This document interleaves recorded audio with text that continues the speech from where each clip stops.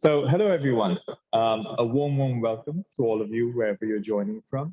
We're not going to wait so that people can join in as they come. My name is Sabih. I'm the Associate Director and Curator at the Ishara Art Foundation. And I'm very pleased to welcome you to the opening of our new exhibition titled Growing Like a Tree, Static in the Air. Now, I talk about it as an opening.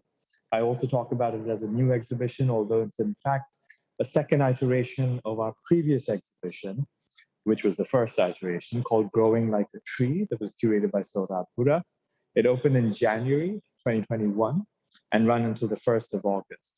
On the 11th of September, yesterday, we opened the second iteration.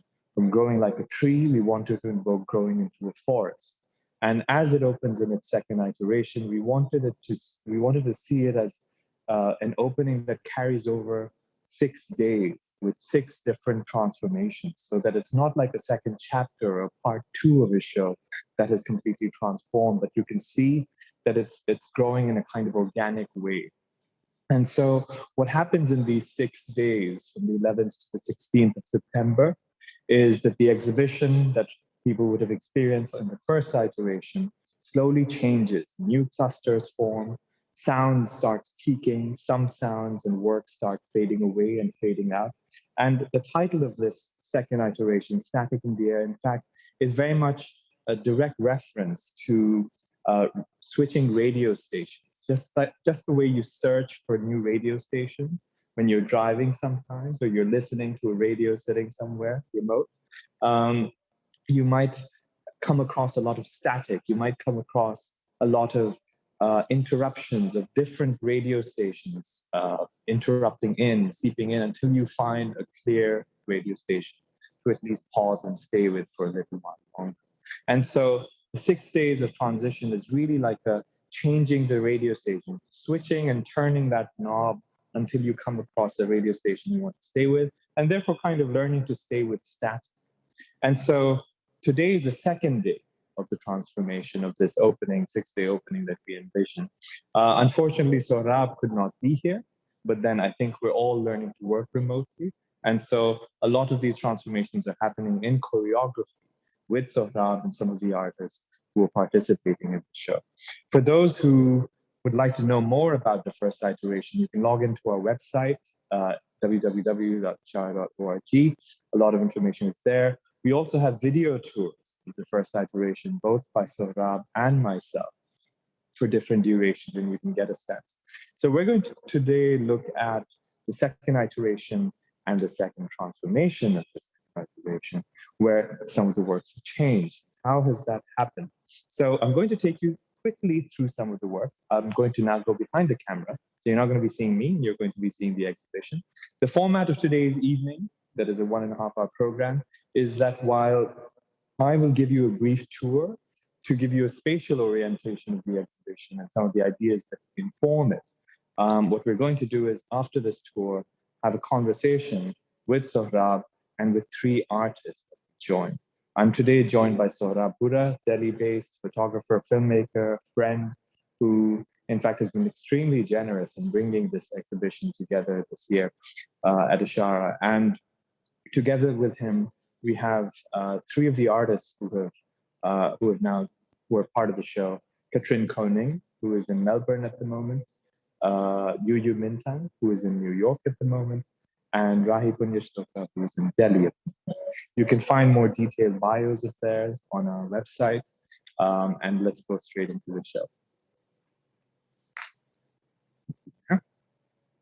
So, as some of you might remember from yesterday, one big shift that has occurred is that the work in front of me was previously a work of Jai Singh Nageswaran, whose work now has in fact become a notation.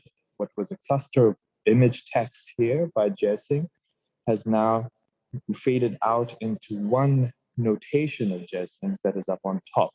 And in place has kind of ushered in a cluster of photographs, beautiful works by Zainab Mufti, who joined us yesterday in a conversation that we had around the first transformation and a discussion on clusters. Zainab's work is titled The Weight of Snow on Her Chest. For us, this work somehow captures all of the colors in the exhibition, except it makes them even deeper. It's like glowing embers inside the exhibition. A very beautiful set of prints that have been edited out and presented in the exhibition.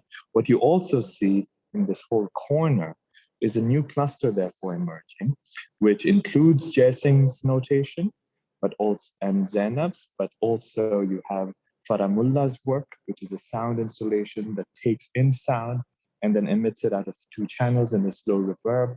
You have Satish Kumar's works that were there in the previous iteration, Aishwarya Rumbakam's, and you also have these notations, with some of whom have moved around. You have Danita's citation there. Today, in today's transformation, we in fact have 2 citations, Danita Singh's book and also new video work by Rux Media Collective that is also presented as a citation. You'll see all of these notes below, and these are interventions by Sohrab and the artists. Sean Lee's work. Now, I'm not going to show you too closely what these works are. You can see them on our website, but a lot of them really express intimacy in this beautiful way and relationships. Zainab's work refers to a space of her garden in Kashmir. And anyone who knows about Kashmir, both historically and in the contemporary moment, one knows that it's a place riddled with a long history of violence and difficulty. And the relationship that is actually a shared relationship of vulnerability that one faces even at home is something captured in Zainab's work that features her brother, her mother, her garden, her home, a goat also. And along with these clusters, a notation by Anjali House from Angkor has now gone up. These were photographs that were on the table, some of which are still on the table, and they were taken by children. And this one has just become a satellite, gone right up, as you can see. It's an image of a temple and a branch reflected in a pool of water. And it's quite interesting if you see it spatially in the show, because right up there, you have this shimmering pool of water, and right below, you have this portal, which looks like liquid or fluid light. And along this line, Bunu Dungana's work, who's based in Kathmandu, Nida Mehboob. I'm just giving you a quick overview of what's going on. But something that some people might remember is that this wall was empty except for this small notation and notes by Sohrab. We now have 3 new notations that Sohrab has inserted with the packet, a collective based in Sri Lanka, and one of the members is in the UK at the moment.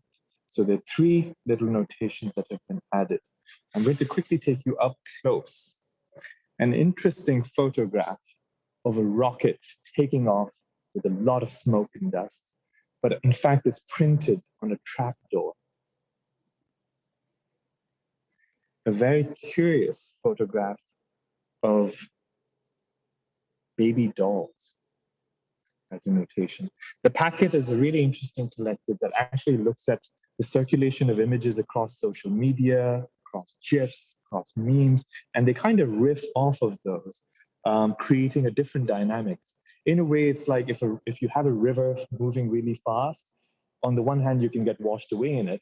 On the other, you can in fact add to the flow. I think they add to the flow of a river in a very interesting way. Another photograph by the packet.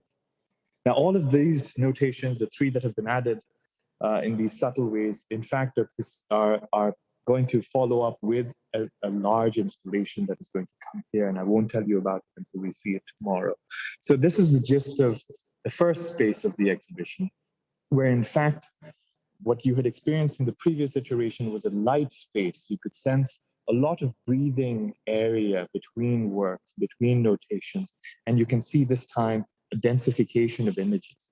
Sohrab, when he was shaping this exhibition in conversation with us and the artists, made an interesting analogy of taking a deep breath in, just the way your chest expands as you take a deep breath in. He wanted this transition to feel for the first 3 days like a deep breath in, where suddenly the exhibition is filled with images, notes, and scribbles. And then over the 3 days afterwards, you breathe out and many images start shedding off. There's a pretty dramatic shift in this space, which previously had a work, only 3 works. And this one was there previously by Sarkar Pratik called Origin, something like a portal in the exhibition that glows red light into the space. A large video work by Manin Wasif that continues to play. But there was a work by Katrin Koenning that was on the floor in the corner here, a work titled Collisions. And that has now faded out. And in its place, it is split into 2 multiple screens. These screens, hello? Yes, it is now split, and these screens have now been occupied by 2 different works. One is a citation by Rut Media Collective, a collective based in New Delhi that looks at kinetic thinking. This is a new work of theirs, which we'll discuss in our conversation, that has been presented as a citation along with Dayanita Singh's. It adds a different hue and a different kind of pixelation into the space. And the other work is by Rahee Punyashloka. We're in fact joined by Rahee Punyashloka and Katrin Koenning in conversation today.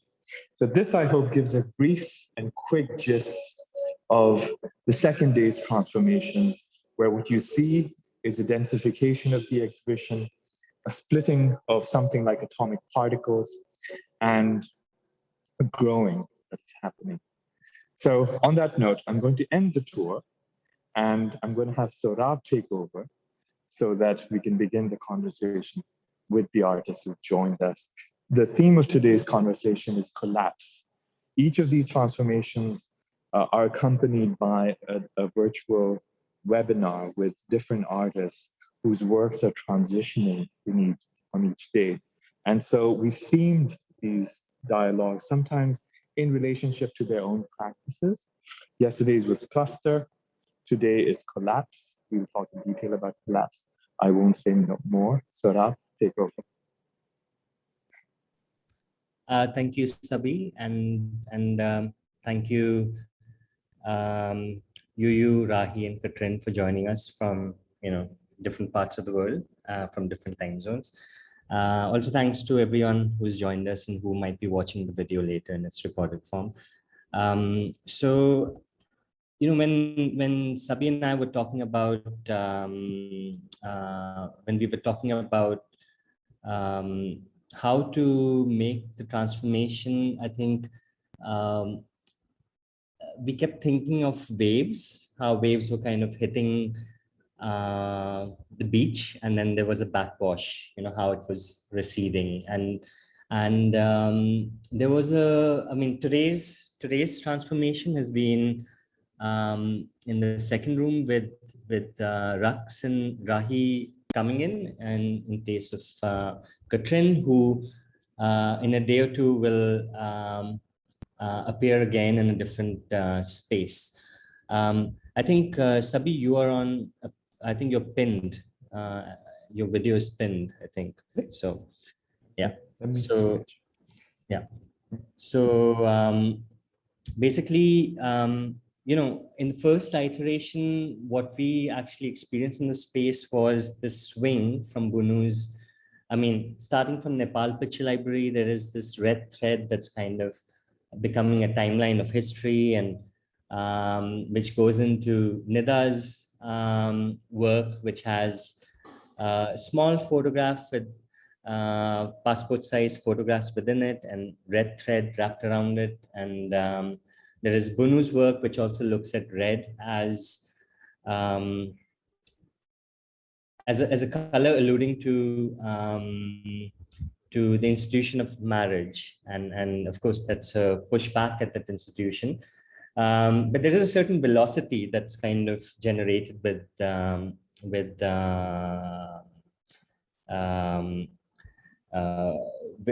these 3 works, which swings into or which swung into the space of the second space of the last iteration, which had Pratik's portal, and it also had Katrin's 2-channel video work. I think what that space did with the swing, and also with Katrin's work in a way elongating that swing, was a kind of a ballooning. And in terms of a spatial experience, what we actually felt was that the ballooning opened up a certain relationship with Wasif's work, and it also in a way affected the way we came back into, the larger space, and we continued on with Sean's work.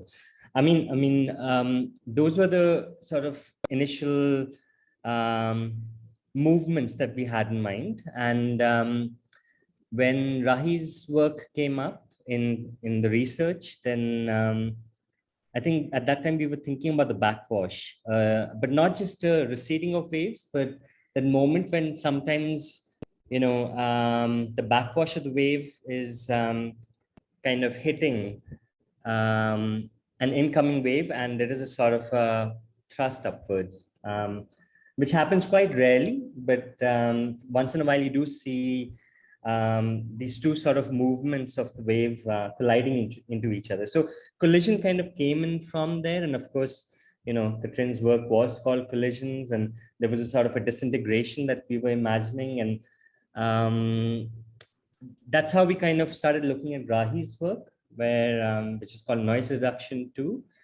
I won't speak too much about the work because I think I'll leave it up to Rahee to speak a bit more about his work. But in general, what was interesting was that there was, I think Rahee's work has been working on multiple levels. With he's an amazing writer. He and Sadesh and Big Fat Bao and other people, I think have been making extremely important work in a very different form of, in terms of posters, in terms of illustrations, which has a very immediate and powerful impact. But at the same time, Rahee also, I discovered, was making these films, which right from the outside seem far more disintegrated, but yet sort of held together.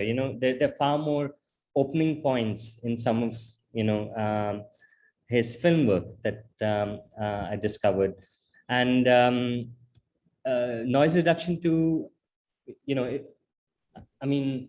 at a time when I was doing research and right before this, we were talking about it, in a lot of places, I was reading about it as being a criticism of film as a medium, but actually I felt like there was a lot more empathy. And then talking to Rahee, I discovered that it was made in 2013, a year after Kodak filed for bankruptcy in 2012. So in a way, it was also an end of an era. But through the film, you see, you're just seeing scratches, dust mark. You're basically seeing the materiality of film as a medium. But strangely, as much as you're thinking about the material, there is also this some text which is overlapped, which is relating to something more digital in some ways,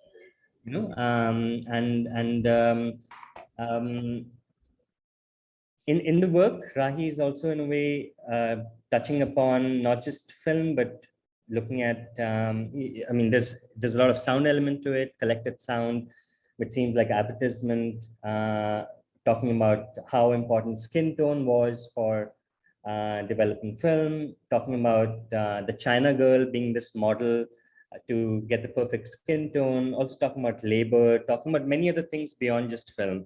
And yet the work has no images. It's just a still screen with text. So that's an interesting thing.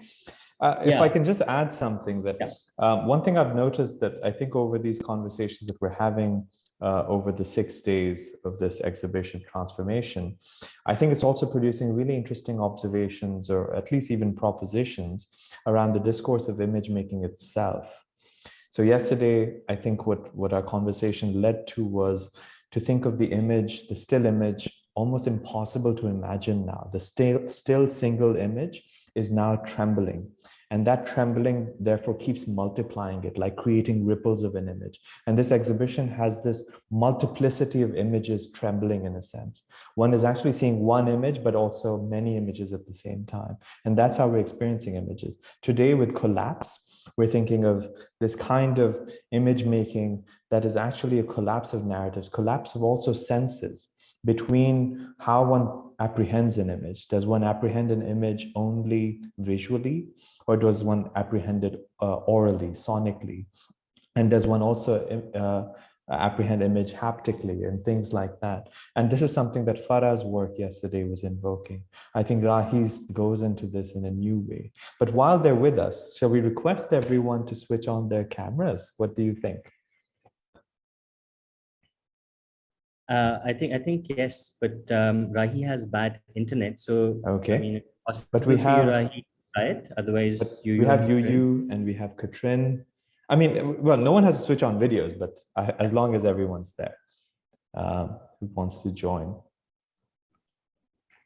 So, Sohrab, as we were discussing collapse, and you also were mentioning something about, say, Rahee's work, maybe we can just start directly by asking Rahee a question that you might have with regard to collapse, because we're thinking about collapse today as both collapse of historical narratives, that there's no one single narrative anymore, and that collapses are kind of just splinters into many narratives. But that also shouldn't be an easy way out, that, oh, everyone has a history and my history can oppress your history and that's fine. Or my interpretation of history is an interpretation that I believe in and you can believe in yours, but there are also certain stands we're taking with how history is narrated. And then on the other hand, I think Rahee's work seems to talk very interestingly about a kind of history of media itself and the analog media into the digital media.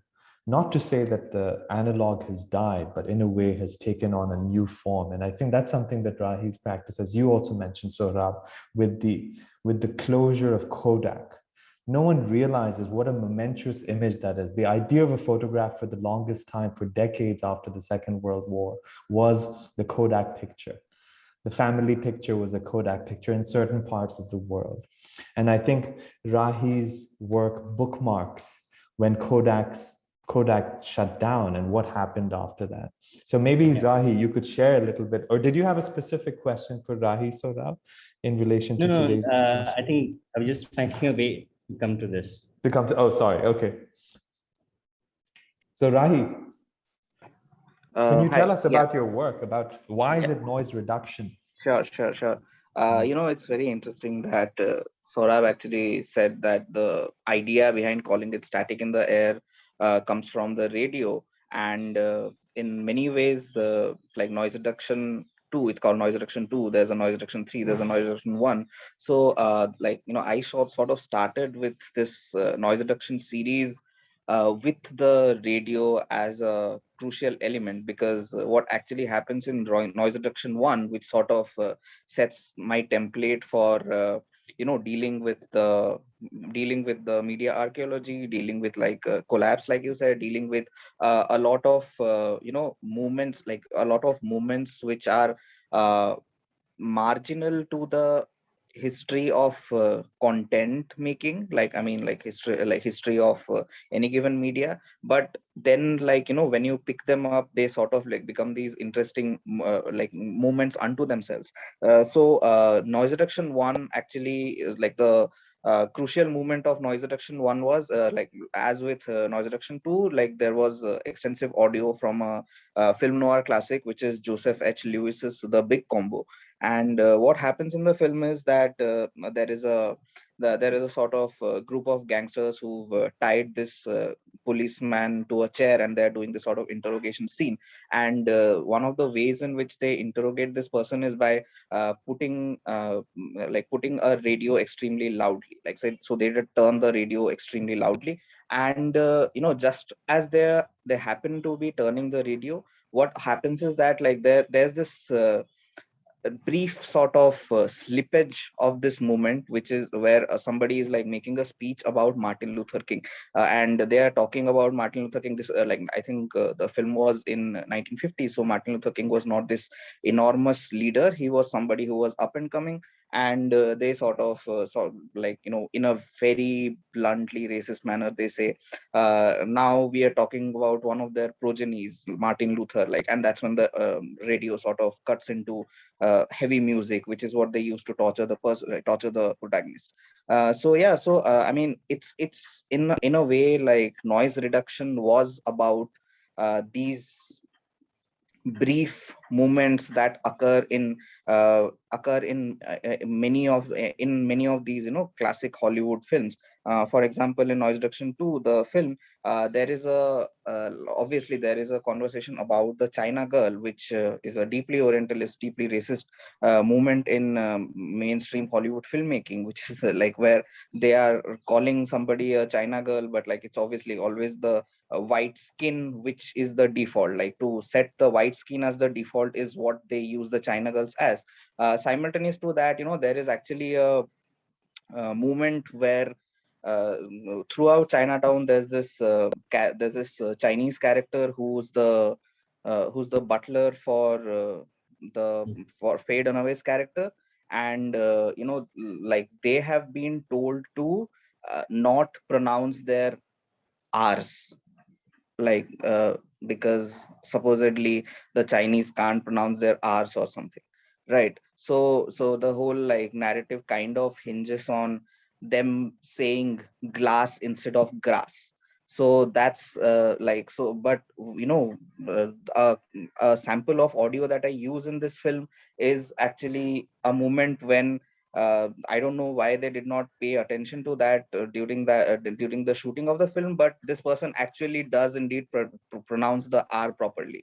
So in another sentence, instead of saying, like, even though they say glass, like instead of grass, like throughout the dialogue there are other R's which they pronounce correctly. So so there is this sort of deliberate direction to this Chinese actor, that you have to over exaggerate your accent.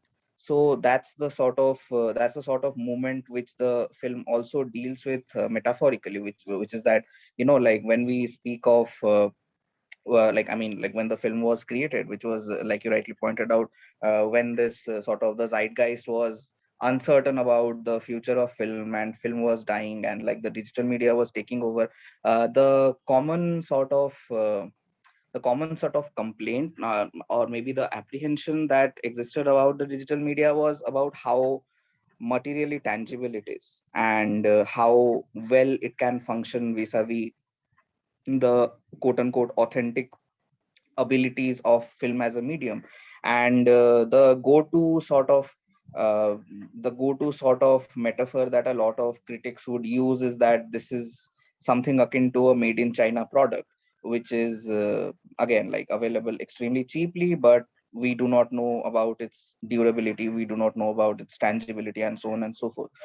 So Noise Reduction 2 in that sense kind of juxtaposes these like the life of film and the life of the digital media together. As you can see, the screen has a lot of the sprocket lines and the dust that like for example, experimental filmmakers, when they try to extract the most tangible materialist coda that film can produce, are these marks that occur on the film reel, these accidental sprockets, these scratches, like these splices that occur. These are what someone like, let's say, David Gatton, or in even someone like Stan Brakhage have in numerous instances pointed out. So that's the, like, if we are to go to the maximum tangibility that the film reel can produce, these are the images. And then the question comes is what is the maximum tangibility that the digital media can? And that would obviously be the media offline screen, which we get when our hard disks, let's say, cannot locate a file, cannot locate a video file, cannot locate a file. So this kind of subtraction of image which occurs in the film reel, leaving the remainder, which is the scratches and the sprockets, that kind of subtraction, when it happens in the digital media, what we have is the media offline screen. So the film is entirely a juxtaposition of this, and the audio sort of picks on all these moments that I talked about. So that's the general gist. I suppose, like, I'll speak more maybe in a particular direction once you maybe ask me questions, etc. Sure. Thank you. Rahee. Can I move to Katrin now? Because this is someone whose work this time has split like atomic particles between a citation and a work by Rahee. Katrin's was a work that was there throughout the first iteration. It was titled Collision. It draws everyone in because it was placed in the corner on the floor with these two television monitors leaning sort of above the ground, almost making everyone behave like the way they do on their mobile phones. Everyone comes and stands with their heads bent down. Everyone you can see with a mobile phone is often in that posture, either sitting or standing with their heads at an angle. And that's what we would see in the exhibition, whoever would come and see Katrin's work, with these images proliferating. And actually many of those images would be, or videos would be, very mesmerizing, slowly rendered, some in high definition, some very grainy. But the work, with all its beauty, was titled Collisions. Maybe Katrin, you can say a little bit about why this title and what this work is about to begin with. Thanks, Sabih. Actually, I find that really interesting that you say that people were sort of instantly looking down at their phones and stuff in front of the work, because I guess, and coming back to, or going to the idea of the title Collisions as well, which I think is multifold, which both talks to the form and also sort of the act of me making the work, but also I think a kind of intentionality of the work as well. But you know, it was, and I think this is an important part of it, that it was made with my phone, actually, all of those. So both the video work, but also then, of course, the pictures that are in Protic in my, in our book. So, you know, I was really interested, and it came about in a time, I think I started working with those, or making those little videos, sort of somewhere around the time that I joined Instagram, maybe 2013 or 2014. And really just, it was kind of came about accidentally, actually. You know, I don't know, for some reason I didn't have a camera on me, I saw something. And so I used the phone, which I had, and I sort of discovered that, I don't know, it was kind of interesting because, you know, it was sort of when too much light was coming in, and I was positioning it to that light in a particular way, it would just kind of totally fall in on itself. And you could literally watch this little medium kind of fall in on itself somehow, which I found really interesting. And so in a way also, you know, it offered to me a kind of counterpoint to the rest of my practice, which is usually quite slow and long form and documentary and all of this stuff. And so it's kind of a really sort of an experimental space very much for me in the making as well. And making it in such a way that I was, and particularly also with the videos, that I was just, you know, it was just this kind of really frantic, frenzied sort of way of, I don't know, I guess like, you know, constant gathering and collecting of moments around myself. But then I was really thinking about, okay, how is it possible? In fact, can I use, I guess, maybe the medium, arguably the medium of our time, to kind of, you know, to make a comment onto this time in which we live. And in fact, this kind of moment of great urgency in which we find ourselves, which, you know, with the, I don't know, collapsing ecologies, fast burns, extinctions. And so really just sort of wanting to kind of talk to this idea of this urgent moment somehow, I guess. And I think the way, and so if you, I mean, if, you know, for anybody who doesn't know, but in the video work, you'll see lots of, it's sort of this really kind of puzzle-esque, sort of frantic, and there's quiet bits in the new version, I guess, that we showed at Ishara as well. And there wasn't previously, it was much more frantic even. But so within that, there's these kind of, you know, there's lots of sort of, throughout the video, you'll find these kind of collapsing and colliding sort of moments where you have like multiple videos on the screen, for example, and there might be, you know, there might be like a helicopter propelling up in the sky, and there might be a wave crashing underneath in another video, and there might be a hand dropping some sand, which of course is earth, right?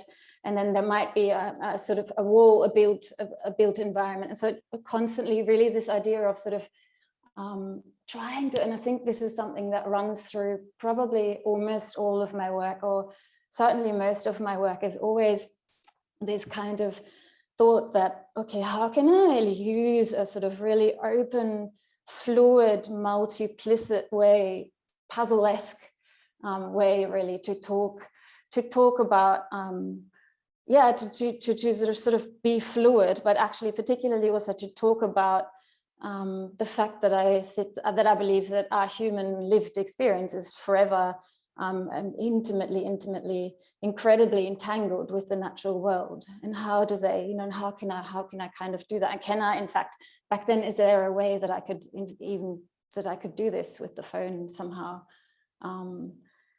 Yes. This image, I mean, contrary to everything you've described, is the most meditative, quiet, and calm. And there are not too many images of circulation. Right, got it.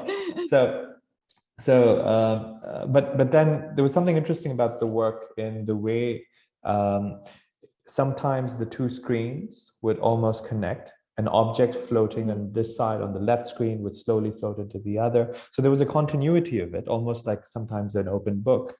You read from one end to the other. But what I wanted to ask you, and I'm trying to pin you down on it, is what is the title referring to? Is it the colliding of media? No, for me, it's very much. No, for me, it's really very much the colliding of the sort of colliding and collapsing of the natural world and our, sort of lived human experience in this particular moment in time. So really thinking about kind of collapsing ecologies, I guess, in a sense. So for me, the work is really is very much about, the core of it is so much about this sort of the collision between, I guess, us as humans and the non-human world. I see. All right, thank you. In fact, what's going to happen with Katrin's work fading out today will lead into a fade in of Katrin and Sarkar Pratik's book that was made collaboratively called Astray Noir. And we might ask a little bit about that later, in fact, maybe to you and to Pratik when we have a separate conversation with them. But let's move to Yu, whose book, Sorry Not Sorry, is presented in this exhibition. Sohrab mentioned early on that there's a subtle but visible presence of red that runs through this exhibition. And actually, over the past 2 days, from yesterday's transformation to today, you can see a heightening of the red. In the previous iteration, what we had going on was a deep red present in the work of Bunu, with the pigment on her self-portraits, and in Sarkar Pratik's, and in Nepal Picture Library, and in Nida. Just somehow these subtle presences sometimes intensify. But what one would never expect is this thin red thread that binds your book, Yu, that is kept quietly on a desk. What is also happening in the book is they're torn photographs, pasted. Some pages are entire photographs in and of themselves. And if I remember correctly, the book was somewhere about a personal kind of autobiographical relationship that you talk about, which at the same time as being micro, in fact, coincides with a larger kind of political situation in Myanmar. And this kind of collapsing of the micro into the macro is something that I found interesting. And that's why we wanted to bring you into today's conversation. But before we go into the micro collapsing into the macro, maybe you could say a little bit about the project, about the book, Sorry Not Sorry, what it's about and what it's doing. The book itself is like, it's kind of like a process for me after collapsing or after breakdown in a period of my life. And it's very, the whole thing is like the whole process from image making, developing itself, everything is like developing chemical manipulation with many chemicals. That's also, how shall I say, that's also helps me with that moment, because it's like, when I develop it, it's like my mind is like very vulnerable sometimes very angry, and so I try to add that. I like to add that moment, and also even making book itself like is fragile, and sometimes I'm very angry and very animalistic sometimes, and so. But now I am remaking the book, because as this is all about the book of memory, the collapse of the memory. Because when I think of memory, is like memory, we manipulated memory in what's happening around us. Because I remember when I was young, I remember the first time I moved my first house, I always thought that I lost my yellow slippers, but my mom said I never have a yellow slippers.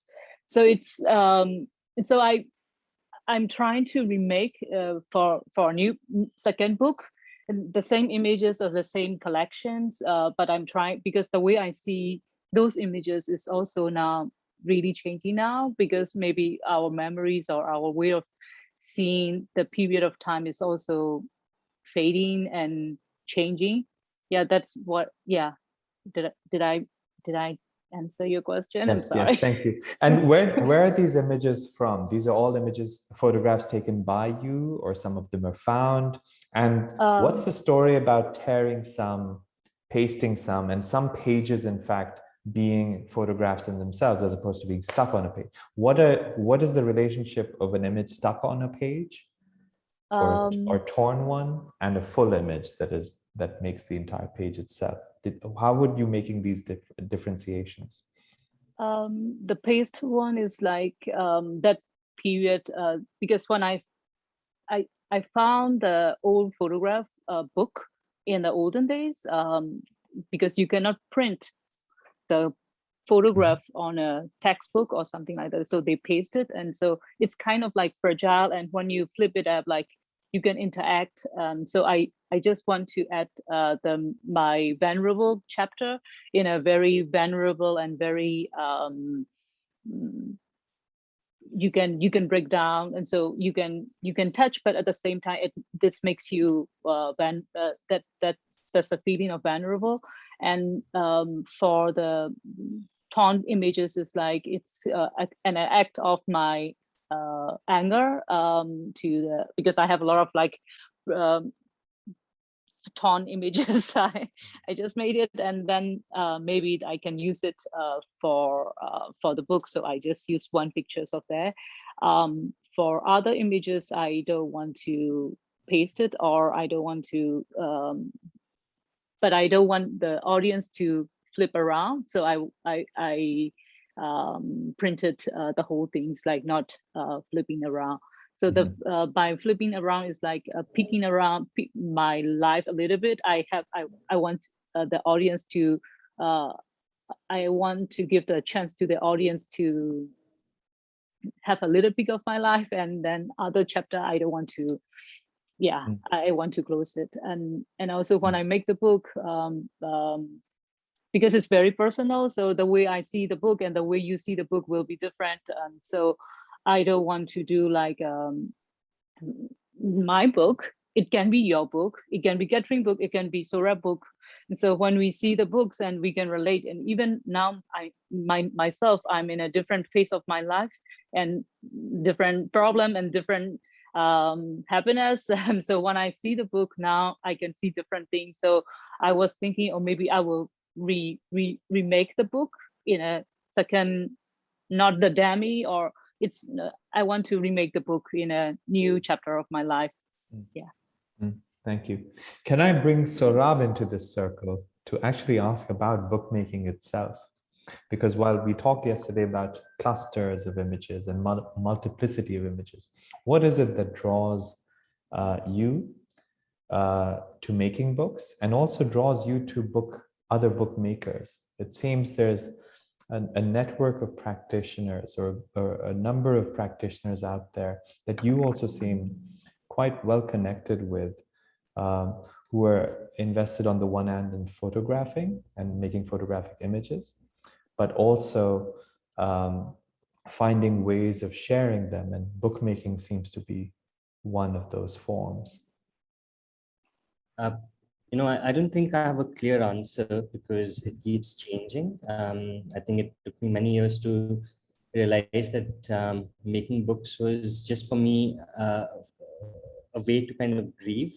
I think I made the book, my first book, Life is Elsewhere, was an autobiographical journal where I was, I began photography thinking there was a kind of therapy to deal with my mom's illness. But at some point, the book allowed me to bring in many other elements, including writing and things that I could not really express in the form of images. And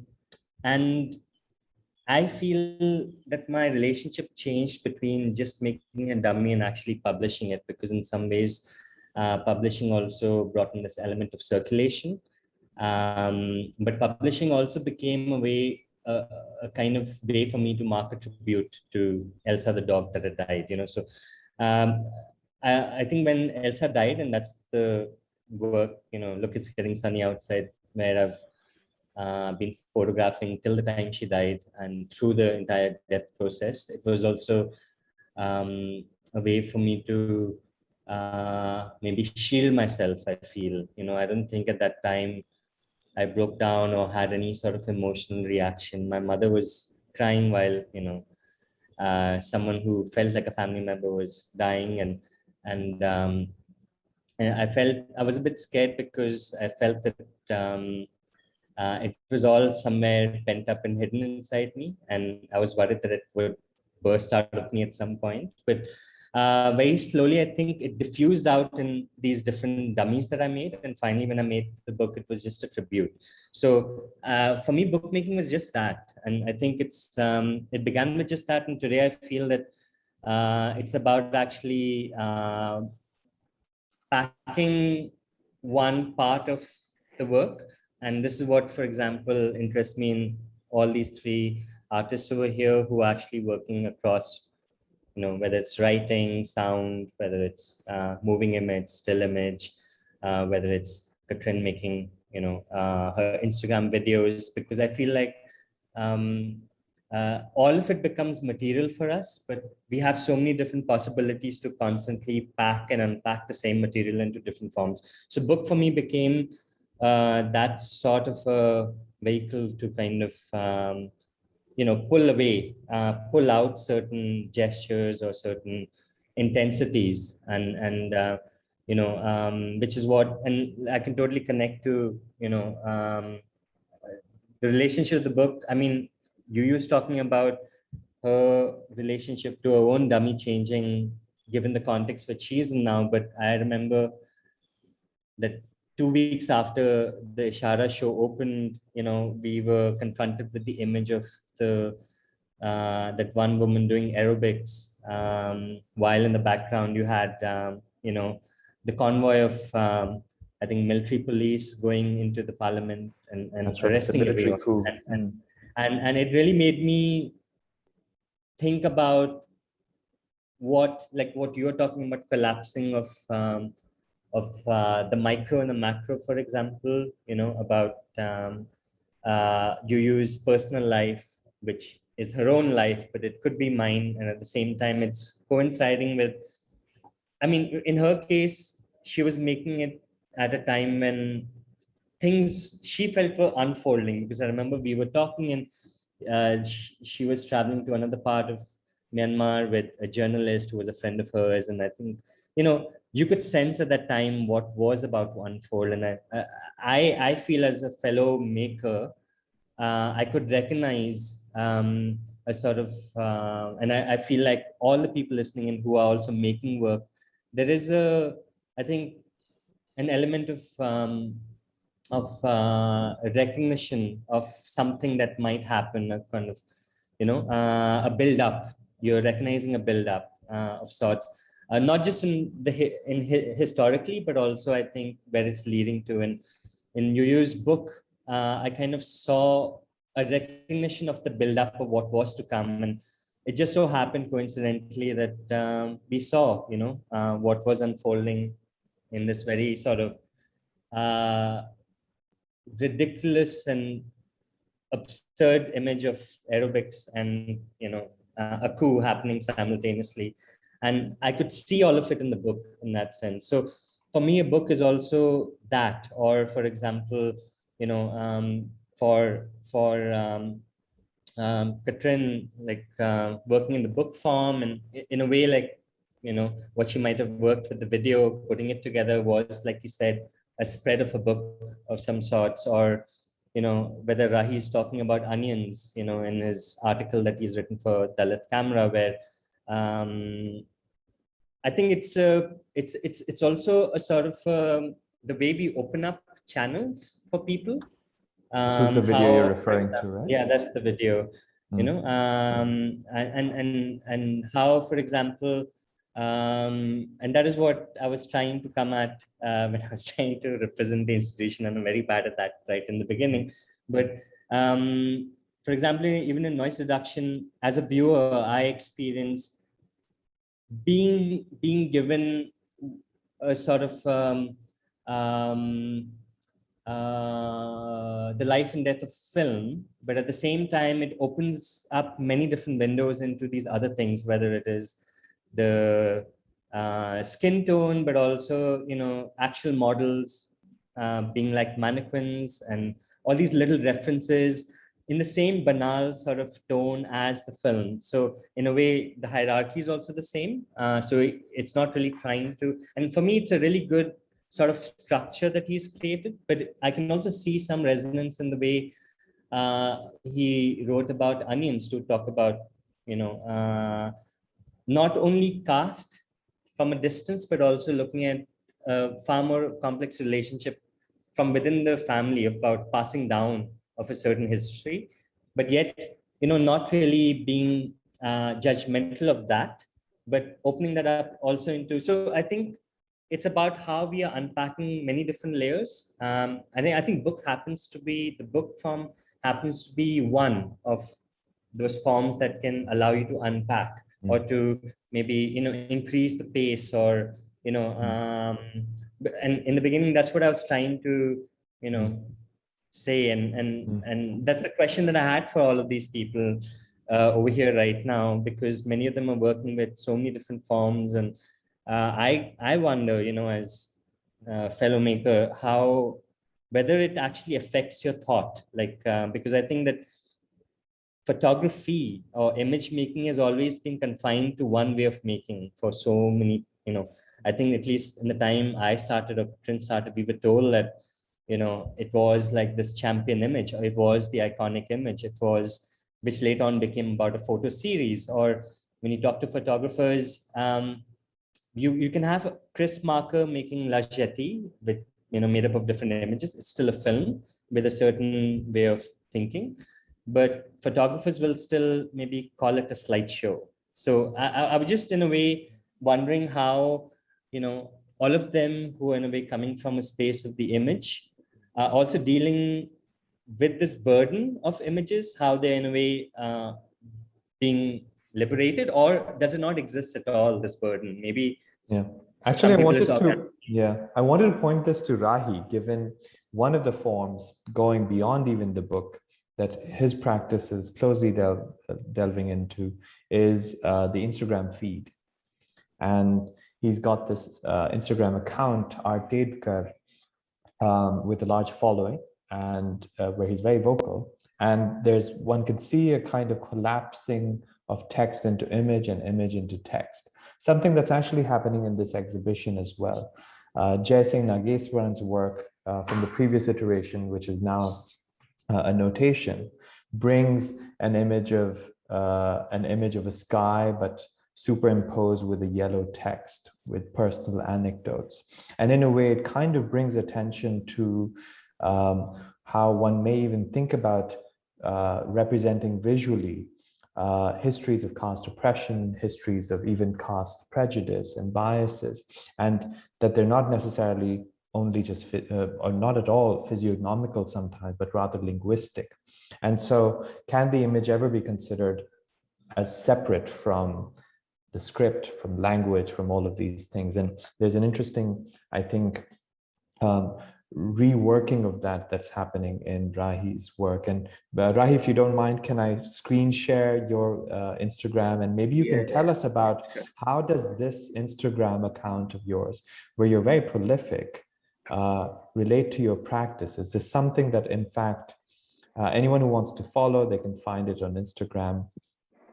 How does this relate to your filmmaking, for instance? Do you see this as one kind of one continuous set of one continuous practice, or do you kind of separate this from, say, the film that you presented at the exhibition? I suppose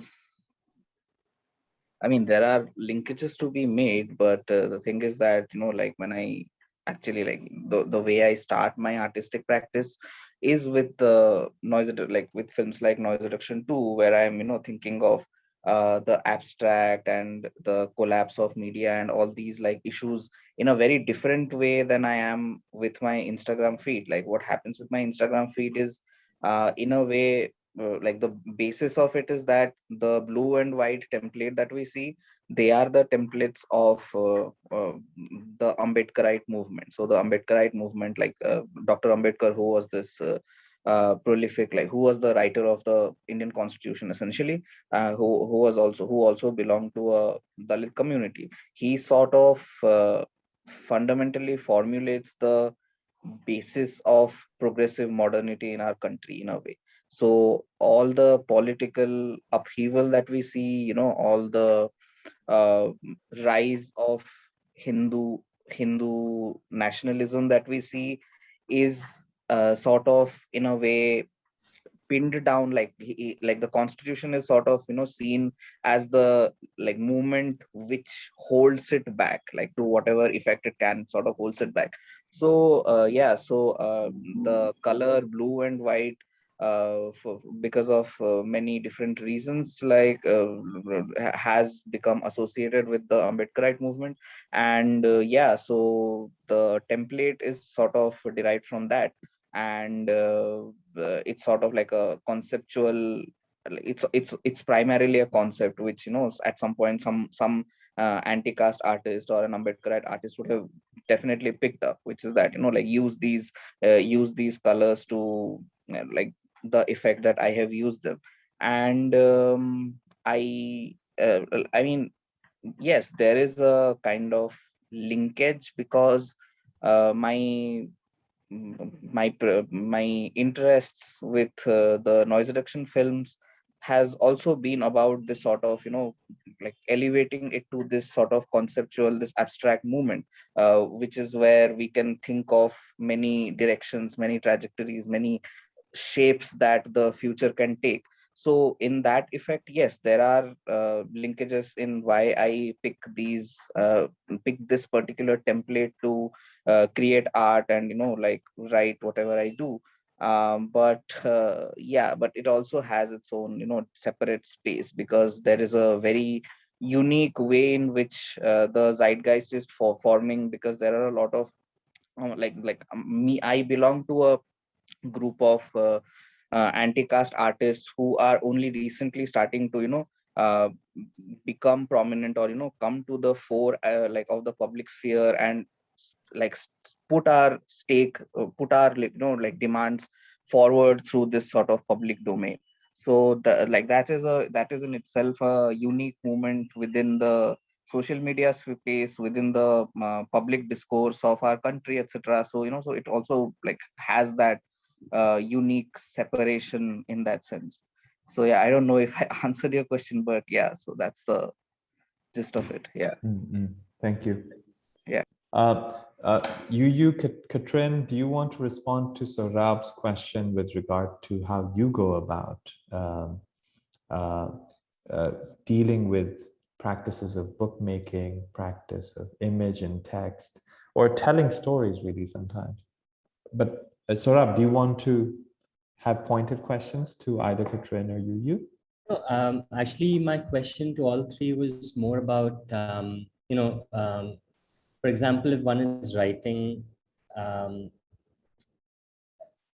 there seems to be, it seems to lend itself to a continuous form of thought, right? For example, if you look at the Instagram feed, there is a continuity in it, but at the same time, there are breaks. There are certain breaks in the way the feed is structured, or photography as well ends up having those, breaks. You end up making one image and then another image and then so on. I was wondering if there is something, whether it's a writer's mind leading the images, or is it sort of a book for you that is leading the images, or for Katrin, is it her images that are leading her moving picture, for example. So I was wondering, if it's something that they have ever kind of encountered this, because I felt that in my own work, it's like a ricocheting that's happened. Like in the beginning, I was a photographer, and I kind of began with a certain very, I would say, staccato way of making work. And at some point, the more I ended up writing or more I ended up working with video work, somehow my thought process changed, even in terms of how I was looking back at the single image. Now, for example, the single image is a pause for me and not necessarily just a single image. Or, I think it came up in yesterday's conversation where a single image can also be a series of single, which also for me implies that it can, it has an echo of sorts, and it's not just limited within that one frame. Whereas in terms of making images, we're just kind of limited in a way.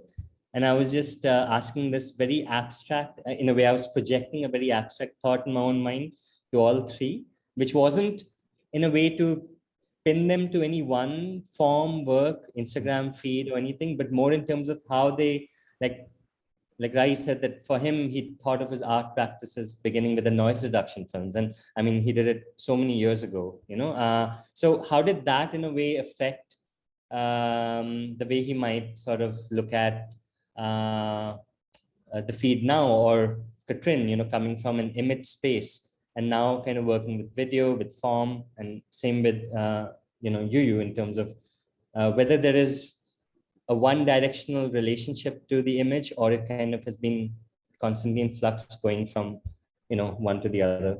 Sorry, it's a very abstract question, but even I'm trying to articulate it for myself.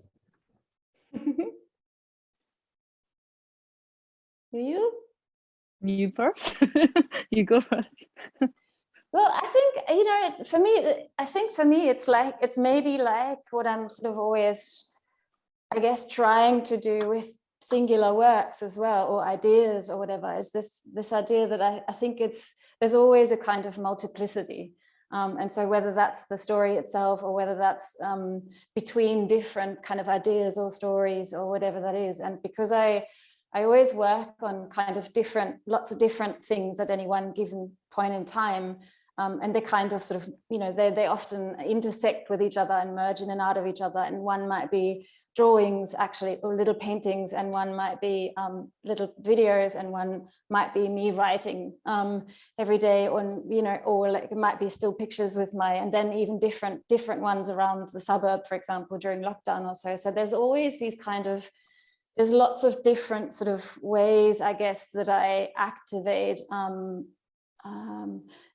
at the same time, in a sense. And I feel like I think for me, it just, and I think for me personally, this idea of the sort of the multiplicit is kind of the only way that I can imagine myself working, I think, somehow, because I always think, well, nothing is, it's maybe, and then this is also going to sound probably really silly and abstract, but it's also really this idea of like thinking about, what does a thing want from me? Like, what do I owe it, and what might it want from me? Like, how must I talk to it so that I can try and do it justice somehow? And so, maybe it has to be, for some reason, there's a particular reason that it has to be Polaroid, or it has to be, I don't know, little drawings, which I'm not very good at, of course, but, or it has to be, I don't know. So it's this idea of kind of maybe, I don't know, listening to what the story might want from me as well, rather than me kind of going, oh, here's my thing that I like doing, and I go plonk. And so with that, then always this sort of thinking about multiplicities, I guess. I don't know if that makes any sense. I think for mostly I'm inspired by the book, because I can made up my story through other people's book. For example, Katrin's and project book, and I made my own story just looking at and looking back the images, and the practice is because I'm very bad on laptop and computer, so I always print. And so before making pictures, and I like to shift around images just to make up a mini story. So that for I like to, that inspired me to make a book. But now it's like I'm rethinking about the book form, because like I now what happening in Myanmar, I have to leave my book, and so my imagination of like my way of seeing on the book now is maybe somehow shifted, because I can, the object sometimes that gives you love and passion, and sometimes the objects burden you, the objects drags you down. So maybe the way I'm seeing to the books will be now different than the past. And yeah, I am still exploring.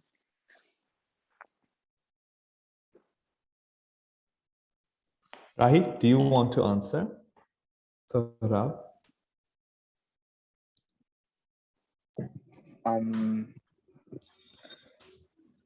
About what, now that when you take one form, how does it inform the other, or what leads to the next? Am I getting it right this time, Sohrab?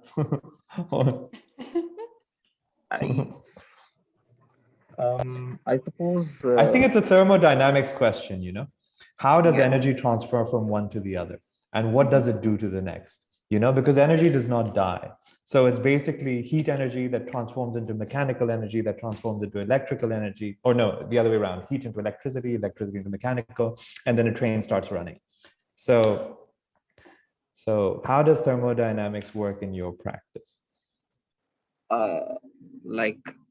Okay, so I also, like Saurabh pointed out, I also write, and there is this sort of interrogation of form that is happening in noise reduction films. Like, I mean, like, alongside the like the content at hand, which with each film is let's say with Noise Reduction to Chinatown, it is about this sort of zeitgeist where analog is dying and like the digital is taking over, etc., and so on and so forth.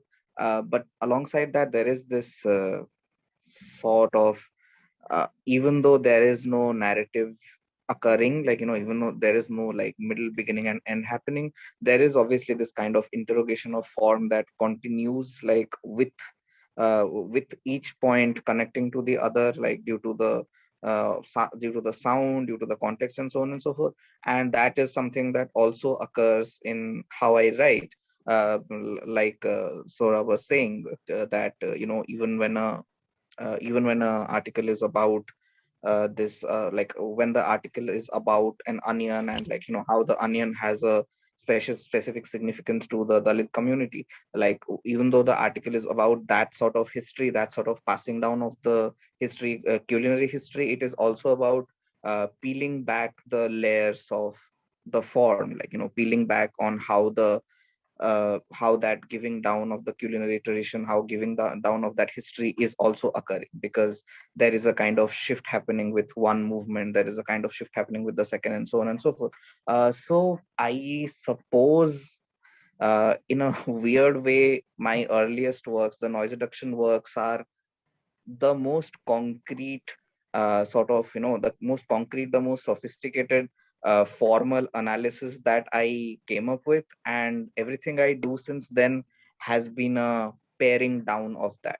So yeah, so even with my work on Instagram, like the way I juxtapose the textual and the image, even with the way I you employ the essay form, or the fiction that I write, and so on and so forth, there is that sort of nothing is happening, and yet the form is slowly shape shifting into something else.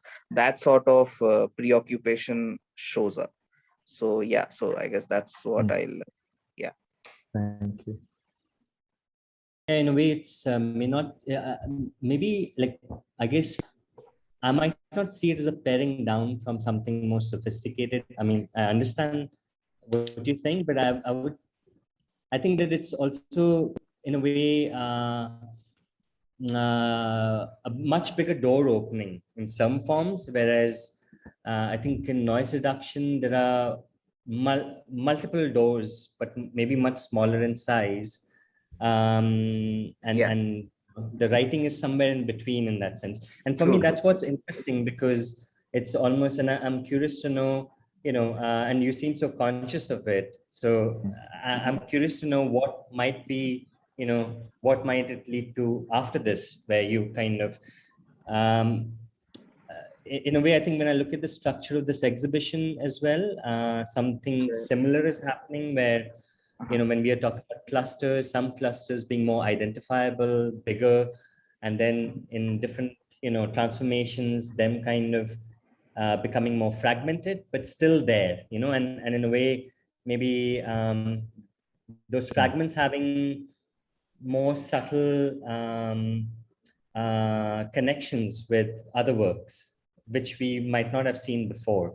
So, which is what made me curious to, ask all of you this question in terms of, in your own works, in your own practice, what are the different amplifications that have happened, and, how you might be consciously looping them back into your own works.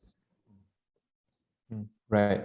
We have almost 15, 20 minutes. No, it's great because it actually segues into something else that we could talk about. But if in case anyone who's attending has any questions, please write them in the Q&A. We're going to relay them.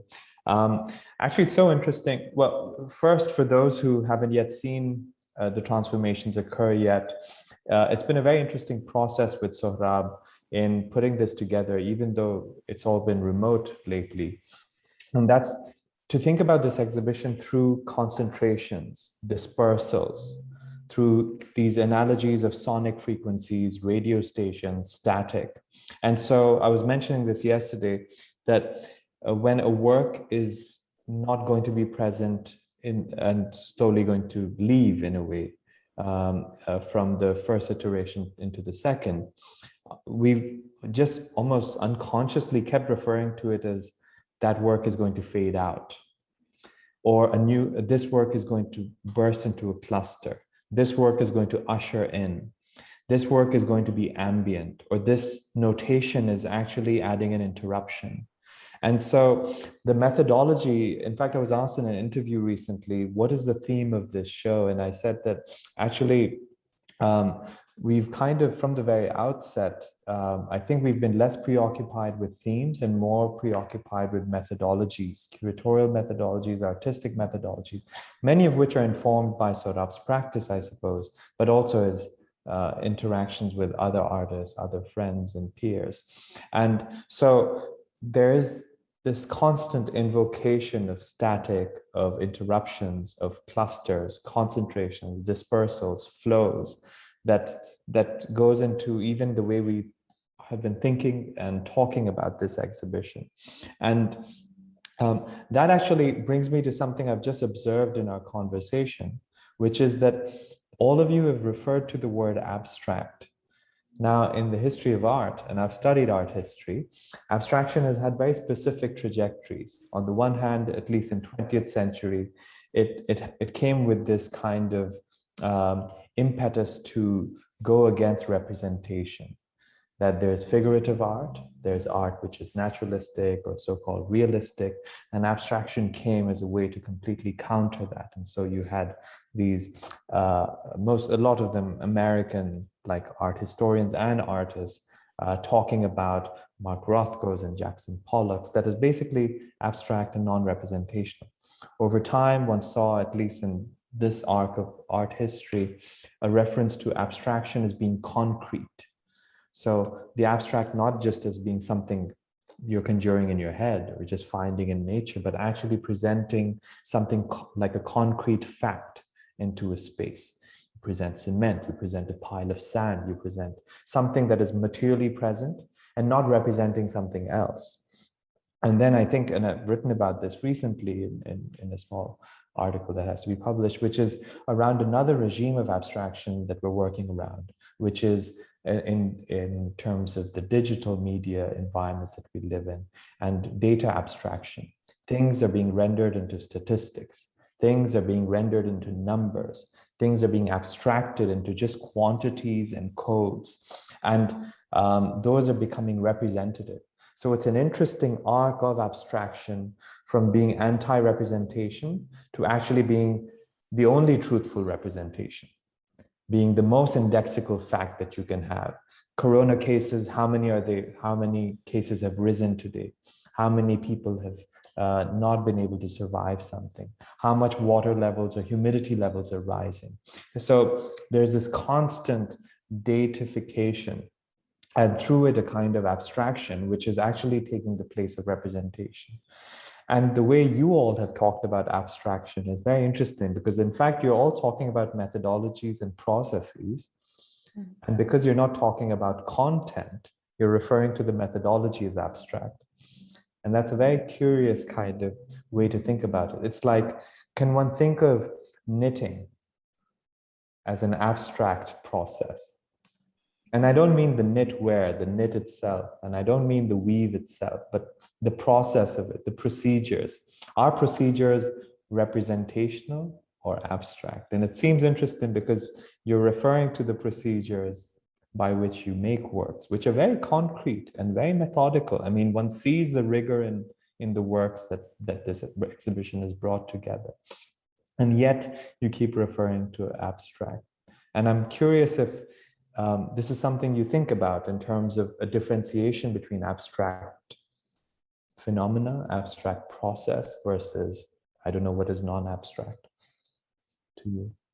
Katrin, do you want to take a stab at this? Well, I wonder, I don't know, but I wonder if it's maybe to do with this idea, particularly that in photography, or like, you know, when I learned it, like as Sohrab was already suggesting earlier, when I learned it or was taught it, there was still then, and it's not that long ago, but this idea that, you know, one has to, and, you know, I've had this, you know, told to me by so many people over and over, that like to be, I guess, to be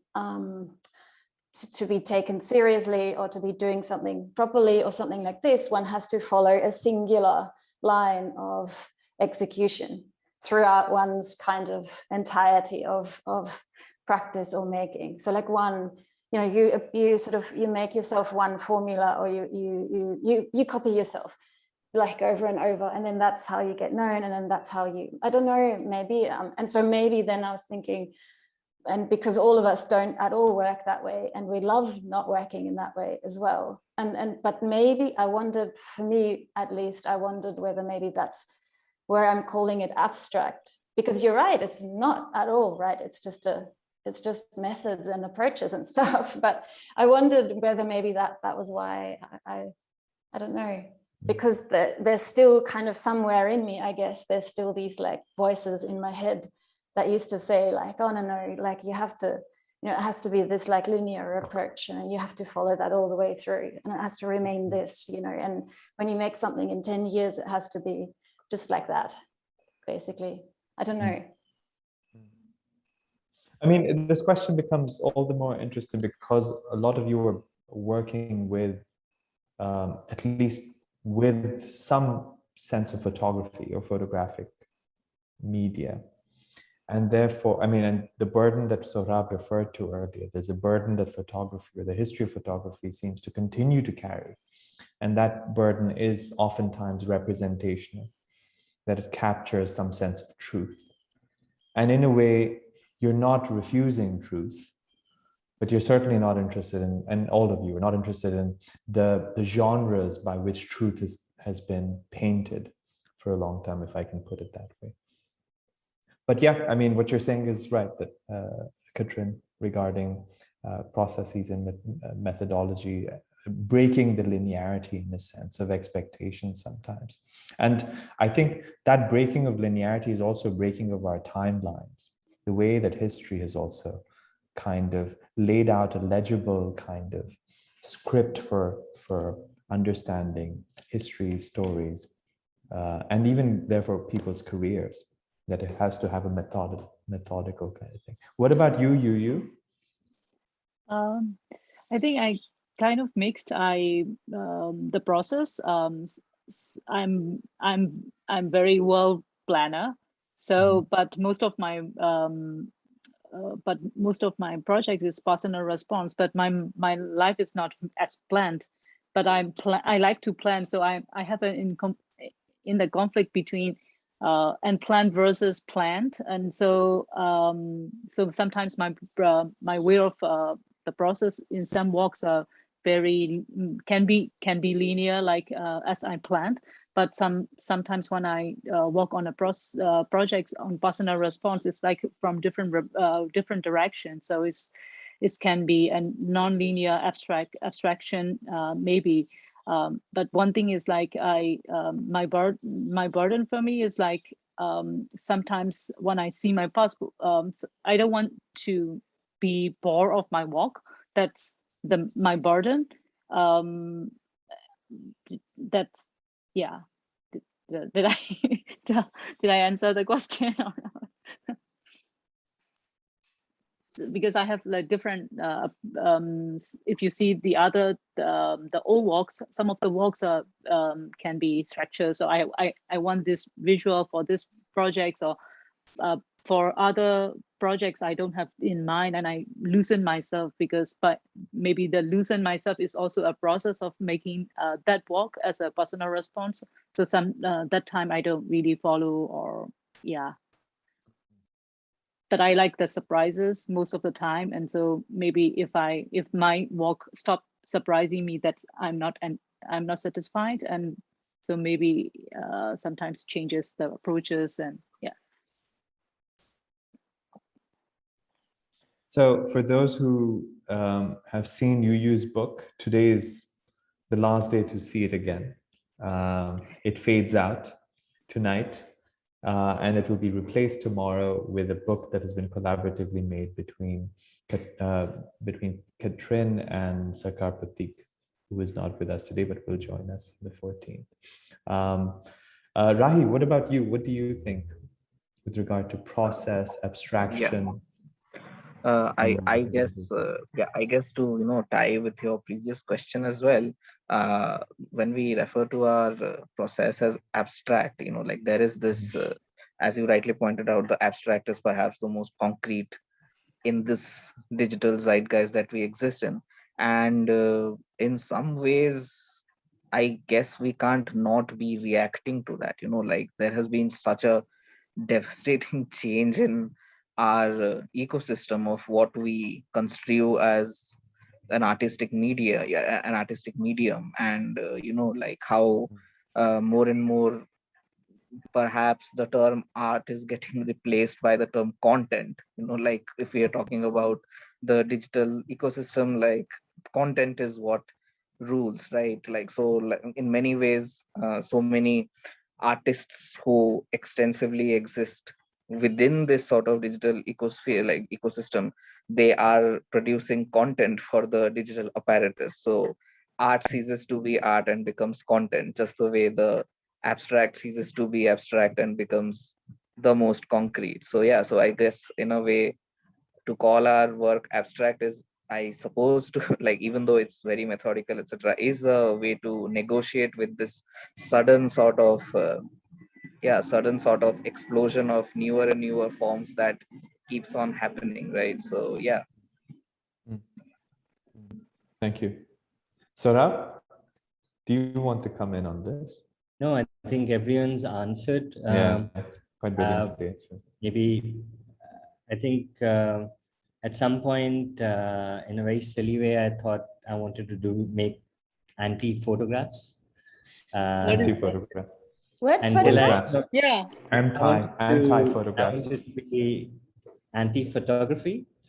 And is this show anti-photography? The more I did it, I realized I was photography, So that was the end of my story to deal with abstraction, because I realized that the system, like, no matter how much you're think you're abstracting away from the system, even though you're not, the truth is that you're pulling the system along with it in some ways, the system reaches. And in a way, I think that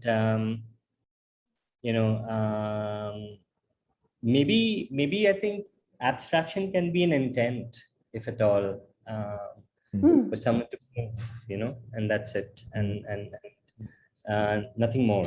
Because like Rahee was saying, that today in the digital, sphere, everything is content. So in the end, everything kind of gets pulled back in it, even if it is abstract, and